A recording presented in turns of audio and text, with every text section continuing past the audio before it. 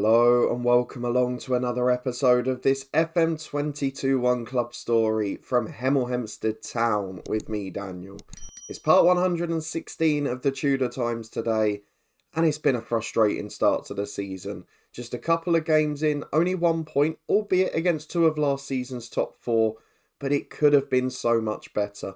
We'll reflect on that before we head into transfer deadline day, and then we will play Crystal Palace at home, a club that haven't had the best start to the season either, but also a side that we managed in the head coach this year. I'll put a link to our stint with them up in the eye above, but if you're looking forward to this one, please do chuck a thumbs up on the video. If you want to stay up to date with the season and see how we get on, subscribe down below and turn that notification bell on. And yesterday, long after our Crystal Palace stint, we had our final episode of the regular head coach story. You can find that in the eye above. It is one you do not want to miss. We'll be back for a 5 years later video tomorrow and in a new series starting later in the week. There's also links in the eye above to the Twitch channel, the football podcast and the merchandise store too, where you can get lovely mugs like this one, where hopefully we'll be doing a bit of time wasting today. You can also support the show as a channel member down below if you wish by clicking the join button. But thank you as always for watching. It's greatly appreciated, as today promises to be a pretty big one. Let's start though by having a look at the schedule and the transfers themselves to see what's been happening since you were last with me.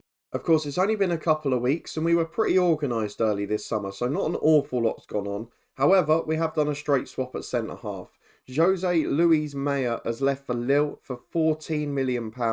That deal has now gone through. He's a good centre half. He's been a real decent servant for us, but he's not quick enough and he gets caught out when he comes in. He's also another one of those squad players that picks up a lot of knocks, but those things combined mean he leaves the club and he's been a very good player for us too.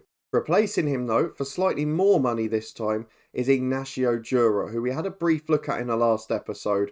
22.5 million from Porto, officially a wonder kid at 20 years of age. He's a Spanish youth international, he's on slightly less money, and I think he's going to be a star. So basically, he's a good personality, but not quite as strong mentally across the board. He's quicker, he's great in the tackle, he's solid in the air. The only thing that's missing is just that natural fitness and that stardust. So we've got him working on being better on the ball at the moment, but he's got all the other attributes to make it, and he's got another star of potential. So hopefully, a bit like when we signed Chauvin at right back, and they said he didn't have much potential. I kind of disagree. I think this guy can do well. He's going to be a starting centre-half in our Europa League run this year.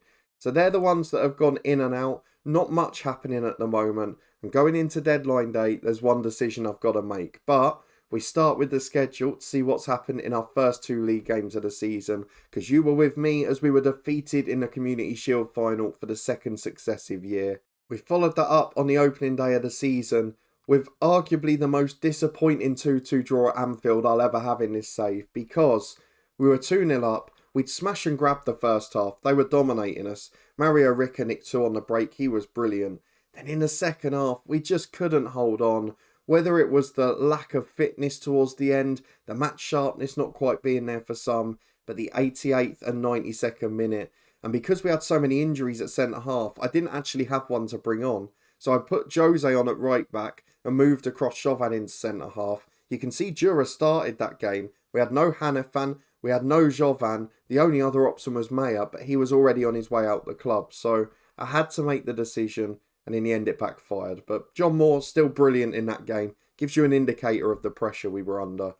Then a 1-0 defeat at City, which was disappointing in a different way. Because in this one, I felt we had a chance, but we just didn't turn up. And it was a really poor performance after a brilliant one the week prior at Anfield. It was just such a shame to see us turn up and not really put up a fuss. We didn't really have many chances or look like scoring at any stage, so we can't complain at the result. And of course, as we mentioned last time, this season gets tough very early. Southampton and Arsenal are the 2 games after Palace. They were also both in last season's top 5. And then West Ham, we know have been up there before. So it is going to be important to try and win this Palace game because it is the only home banker or the only expected win of the games we've got in the first 5. And I don't want to be down in that relegation zone like we were last time round. So let's go and get through the inbox and take part in transfer deadline day. Because the main player we are linked with and the main player that may be coming in is Danny Harrison. The reason I'm looking at him, a 25-year-old striker from Forest, The director of football made the bid, by the way, but he's a very good player by the looks of it. Not the best in the finish, but driven, two-footed, quality operator, physically sensational. He's sort of being lined up as a replacement for McNeil, and the reason I say it is he's 25, he wants a fairly modest wage, I think it was less than 35 grand a week. Whereas obviously we've kept Dolner as our 5th choice striker this year. Charlie McNeil is 30 years of age, will be 31 in a couple of weeks. He's starting to decline a little bit now. I don't know whether this is the time we bite the bullet and change, because I think this might be the last summer where we can get a big deal for Charlie McNeil. And of course, with our changes in the summer, I don't really feel we need him as that number 10 option anymore. We've got Carlos Martin and we've got the second shape that we're training. So I feel this could be the day where that happens. If not, I'm not going to be broken-hearted because he's naturally fit. He shouldn't decline too much physically. But I just want to keep an eye out because if we get a silly offer for him, it could maybe be the thing that leads to change. Mario Ricker is getting chased for massive money. I'm keeping my eye on that too, because there's a couple of players that are just starting to get a little bit unhappy at this point. So we're going to get into deadline day. I think if anything happens, it's McNeil out and Harrison in. But I don't see there being any superstars today. Let's take part though, see if I'm surprised. Well, first news of the day is an offer for Josh Hayes from Watford. They've come in a few times for him. I'm going to be honest with you here. We aren't getting a better backup keeper for the money. So while that's the case, they can make as many offers as they want. He's not going anywhere. Josh Hayes is here to stay. I don't really want to sell to Watford either. Well, our plans might be scuppered. We have competition. Danny Harrison has now got a bid from Leicester. And I wonder if he's going to make a different decision because Leicester, a lot more local of course, probably offering him first team football. That could make a big difference. Let's get the Carabao Cup draw done though, because we've not had the greatest third round draws recently. I'm hopeful that we can get a lower league side and give our backup team a run out. Let's just draw all the teams and see who we get, because the Europa League draw tomorrow is far more important. Cross your fingers, everyone. It is Leeds away. Premier League opposition again. No luck this time. Let's skip ahead. 11 hours to go. We have a big decision to make. Danny Harrison, £7 million. There's a profit sell on, but it's not that big. 26 grand a week. If we could get him and then sell McNeil for double and save 10 grand on the wage bill and get a player who's 5 years younger, who's quicker and can play out wide if we need to change that shape. I don't know why it says he can play the holding role and centre half, because he just can't. But I really feel he could suit us down to the ground. He shouldn't be playing in the Championship. He started the season on fire. I think we have to do it, don't we? 10 hours to go. Danny Harrison comes in. Well, here we go. Danny Harrison joins the club. We've offered out Charlie McNeil, and it looks like we've got some offers, which is a good start. Squad registration first, though. Danny Harrison is in, but I think that's a pretty good squad now. McNeil's probably going to leave anyway. We're going to ask Moore to welcome Harrison. His personality was pretty good. I don't think we can train him on much other than the finishing, because his composure's not great either. So I'm just going to take charge of that for a moment. Finishing, long shots, technique, he needs all three of them. We're going to take control of his individual training. Let's get through to the inbox though, because actually, let me give him a squad number, which I haven't done either. You can be 25. Charlie McNeil has got offers. What sort of value are we talking? Like generally this summer when we've had offers for players, we've had loads of poor ones, then just one random big offer in there. And we've got it again. It's above his value. So I'm looking at how many years are left on his deal, which is 4 in his case. So if someone wants us to pay 6.5, 7 grand a week, we're talking, what, an extra £1.5 million. So that's basically a 16 million offer. The ones where they want bigger wage contributions, I'm not worrying about. But look there, Feyenoord, rising to 18.5 million. That's guaranteed money. 16.75 from Sporting Lisbon. What else have we got? Them poor offers. So I'm going to accept Feyenoord's bid, and I'm going to accept Sporting Lisbon's bid. I'm not going to give an ultimatum to other clubs, because surely he'll accept one of the two. But the rest of those are going to get rejected, because they're not good enough compared to the other offers. But if we can get that, get 2.5 times the money, and bring in the same replacement level for 7 million quid, and less of a wage, and younger, I think that might be a masterstroke. Let's skip ahead and see if he goes. And here is the news. 7 hours to go. Charlie McNeil will be leaving the club for Sporting Lisbon, so not the highest offer unfortunately, but what a deal. We've signed Harrison for 7, we sell McNeil for 16.75. Don't forget, we signed McNeil for 7.5. He's not scored a lot of Premier League goals, but he's played well when he's come in, and in the Cups, he's been so important. Look at last season, 4 goals in the Cup. Sorry, the season before, that was when we won the League Cup. And in last season, 6 in the Cups, 4 in Europe. Where we've won those trophies, where we've gone on those European runs. Charlie McNeil has been a key part of that. And we should never forget that. A good servant, a fantastic player. But unfortunately, he is now off to Sporting Lisbon. Another great profit made though. Well, 5 hours left and we've suddenly started getting offers galore. Leeds always come in with a ridiculous offer for one of our midfielders, whether it's Flores, Kaplan, whoever else. Here, they've come in for Shane Leacock. I'm not selling him. We haven't got time to get replacements. Thornley is one I would consider, because he's a player who is very fringe in this squad. But what's the benefit of us selling him, realistically, other than a nominal fee for our level? Because if we sell him, we haven't got that 5th choice if we have a crisis in Europe. So I'm keeping him till January. We'll reconsider then. Watford in for Hayes. It's very tempting getting offered nearly 20 million for a backup keeper. But that's irrelevant if you then don't have one yourselves. And De Vita is going nowhere because he's going to be playing in the Europa League. Loan offer for Jovan this time, but they signed Josh Berry in the summer, so no idea why they want him. Another offer for Thornley. This one's over 2 million. Now we might have a decision to make. He's a great personality, but he's injured again. He's 25 now. Do you know what? I know it's a risk. I'm going to do it. Out he goes, and if De Vita has to drop in as a centre-half, then so be it. Josh Hayes, we reject another bid. 3 hours left. We might have one more sale. Harry Thornley is off to Nottingham Forest. The 2nd time he's been sold by our club. The 1st time that I've been in charge of that. One of the few we've made a loss on actually. So we signed him back for 3.6 million. We sold him for 1.1. I know we got a bit of that money back in sell-on clauses and whatever else. But he's going out for 2.1 million. Just hasn't worked out his 2nd stint.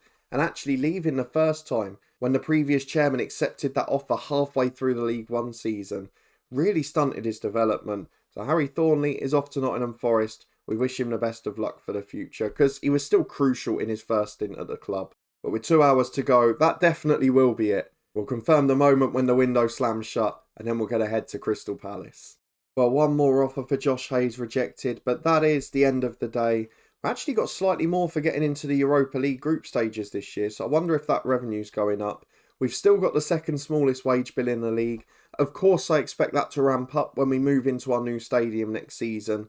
But the fact that we're there shows just how well we're doing. And that's the benefit of having a young squad and bringing stars through. But the transfer window is shut. Ceccherini, the elite striker, leaves Newcastle. We've mentioned him a few times, haven't we? And there we go, look. Chelsea signing old heads again. 35-year-olds coming in. This transfer market is so broken in FM22. Old players flying around the block. But let's get to the transfer screen just to confirm what happened on deadline day. Danny Harrison in for 7 million. Takes the ins to 5 this summer. And if you include the 2 at the end of last year, it's a little bit of money spent, isn't it? About 60 million quid altogether. In terms of the outs, we sold the big talent at the end of last season. 48 million combined for those 2. And another 33 this season. So we've made just over 80 million there. That is a profit-making summer.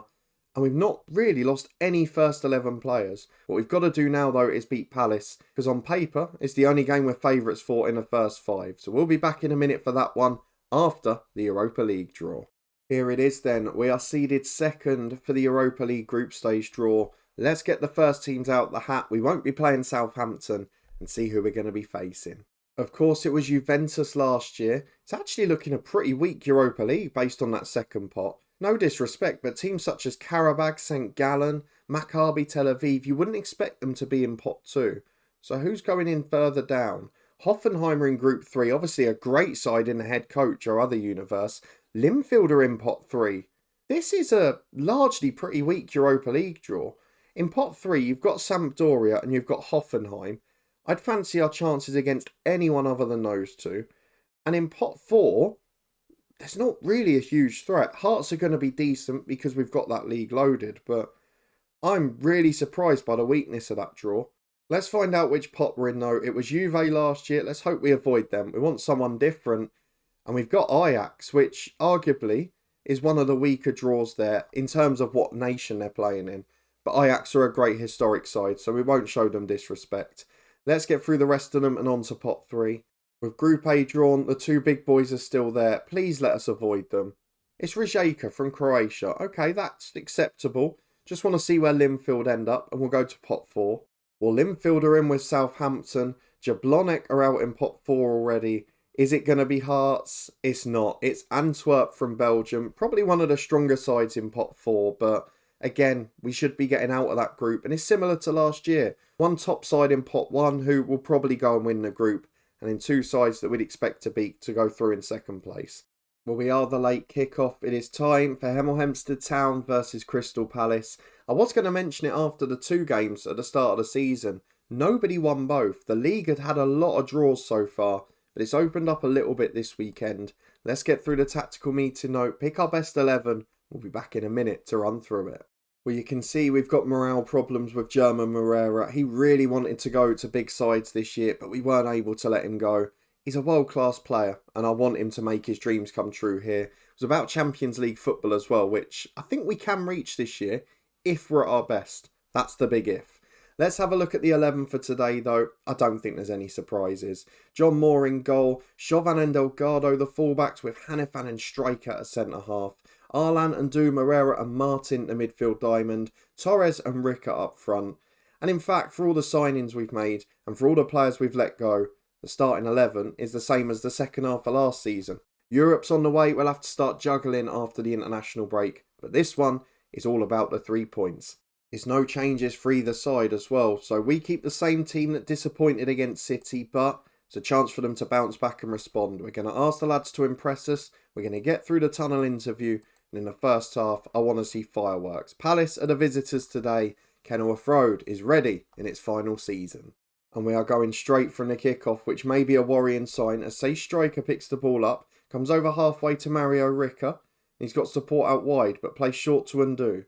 Back to Striker again and Arlan. And Undo into Ricker. This is good football. If we can score from the kickoff, the confidence will build. Moreira through, slightly wide for Torres, but he gets there on the byline. Into Ricker. No idea what happened with the glitch. Normally when we get that, it's a penalty, but nothing doing. It's out for a throw-in. And it remains 0-0. Very positive start though. And with 20 minutes gone, we're back on the attack again. Back in possession and camped in the Palace half. It's been a quiet start to the game in terms of highlights, but where possible, we've been the better team. We just need to get the opening goal. And we do just that. Mario Ricker released down the right-hand side, cuts back from the byline. And that's the benefit of a quick shadow striker. He's up with play, he gets into the box. And Carlos Martin makes no mistake. 1-0, 10 shots already. Now we've really got to put them to the sword. We don't want to let them back in this. It's a long ball forward and they seem to have no outlet. If we can take advantage here, this could be a big scoreline. And that's what we need. We need to start comfortably winning games. As Undu's released by Ricker. He might have scored 2 on the opening day, Mario Ricker. But today it's all about being the provider. Lays into Undo. Again, pace from midfield. And what a composed finish. 2-0, midfield runners doing the trick. We're dominating the ball, we're dominating the territory. And Palace are yet to even have a shot. As Arlan on the left gets the ball to Moreira. First ball through is blocked, but he keeps it. Gets to the edge of the box, plays Undo and Ricker. And it's wide to Chauvin. Chance to cross, but just lays back. Undo releases Ricker. Can he score this time? It's party time at Palace. The first win of the season is coming. And this is the difference. If we'd held on for that win at Liverpool, I would have really banked on us to be a top 4 side this year. If we can stay consistent against the bottom half teams and win all of them like this, then great. If we can just nick some points off the top 5, maybe that gives us a chance. But at the moment, I just feel those top 4 or 5 sides are almost impenetrable at the top. The only thing we can hope is inconsistency. As Undo finds Martin, shoots from distance. I don't think that was as far away as the keeper's casual approach made out. And at half-time, it's 3-0 to Hemel Hempstead. It's one of those vintage performances. And arguably, it could have been more. We've taken chances, which is great, but I'm really happy with how we've played. And at the hour mark, I think we're seeing why we're dominant. Palace look knackered. Now, I'm pretty sure they haven't got European football. They haven't played for a week, but their players are absolutely shot to bits just after half time. It shouldn't be the case. As they come down the left-hand side here, Ribera into the box. Arlan misses his challenge. It's a great save from John Moore. We're just going to see out the corner before making some changes. But I'm really concerned about the Palace fitness because there's no explainable reason for it. A striker heads the corner away. Torres can counter. Away down the left he goes. Plays back to Hanifan and it just peters out. 25 left. Let's get some youngsters on. So 3 changes made. De Vita is on at centre-half for Hanifan. Moreira off for Luiz, the youngster in midfield. And then Tyrese Ricketts on for Torres up front. He'll switch sides with Ricketts to try and exploit the pace in behind. But let's get into the last 25. Hopefully it just peters out into a win. Though are the subs too early because Ribera puts a corner in. Headed away well by De Vita there. And out to the left chases. It goes wide towards Key. His cross is cleared by Striker. And he just hammers it downfield. Not the best clearance, to be honest, as down the left comes Sutcliffe. Through ball, it's really good to Ribera. He's made a big difference. I'm hoping he's offside because it slipped under Moore at the near post. He was very clear, and I'm hoping that means the offside trap was good. It wasn't. We've been done in behind. 3-1. Have I made them a little bit too early? Because we are now getting done, and we're not playing particularly well. And with 10 minutes to go, it's a Palace free kick. This game has turned. Imagine if we bottle a 3-goal lead here. I was so arrogant at half-time about winning the game already. And Palace are putting up a real fight. As Ribera down the left, it's through to Russon. The defence has disappeared. What on earth's going on back there? That striker. What are you doing? We're going to have to encourage the lads. Ask them to focus, because what's going on there? And I tell you what. This mug is going to be working. We are going to be sticking the time wasting on any minute now. There are 4 added minutes. And I didn't expect to have to do this. But we are going to be clinging on for dear life. I just hope we can get the 3 points. Because this would be a hammer blow from where we were. Well, in the 3rd minute of stoppage time. And we've got a corner which Arlan will take. I'm a bit concerned that there's 7 players forward. Despite the time wasting being on. As Arlan puts it up towards Chauvin. Headed away as far as Luiz. Please someone score. Just make it comfortable and do to Chauvin. Turns and shoots. It's over the bar. I wish you could do the short corner in FM and time waste by the corner flag. As Palace have got a corner. It's the 94th minute. Oh, this is going to be one of the worst moments for my managerial career, isn't it? Chauvin heads clear, but the danger's not gone. Key goes down the left to Ribera. Crosses into the back post. Oh, it's offside, thank God. I did not expect to have relief as the main emotion. When we were 3-0 up at half-time here. It is 3-2. The final whistle should go any seconds. But there are still frailties in this team. It is a fantastic victory because we get the 3 points on the board. But that was a lot closer than it needed to be. I don't like to give these sort of emotional team talks, but it was a Jekyll and Hyde performance. Moreira's right to be demotivated because the game changed when he went off. We went for youth too early, and that is probably a lesson that we need to take for the rest of the season. As it is though, 3 points on the board, and that's all that will matter at the end of the season. Let's have a look at the schedule, see how our Europa League games have panned out, and as a result, when we're next going to be back. Well, it's actually worked quite nicely, hasn't it? Because that Ajax is the second game. That's the game we wanted to show. So we're going to give that one a go. We'll probably show the West Ham game, but possibly Watford, depending on how it pans out. But Ajax away, it's a great game in Europe. We've got to take advantage of seeing it. It's only our 2nd season in European competition. We cannot take games like that for granted. So if you did enjoy this one, a bit of a scare late on against Palace, an eventful transfer deadline day in the end as well, then please do put a thumbs up on the video, subscribe down below for daily FM22 content. The 5 years later episode to finish the head coach series tomorrow. Yesterday's one, the final regular episode, is in the eye above. We'll also have a new series later in the week, keep your eyes peeled for that. And of course up there you can also find a link to the Twitch channel where we're live tonight during the Europa Conference final, the football podcast and the merchandise store. But above my head now will be yesterday's head coach, the grand finale of the series. Please do give it a try. And I'll see you again here next time for European football with Hemel Hempstead Town and hopefully a few less scares. I'll see you there.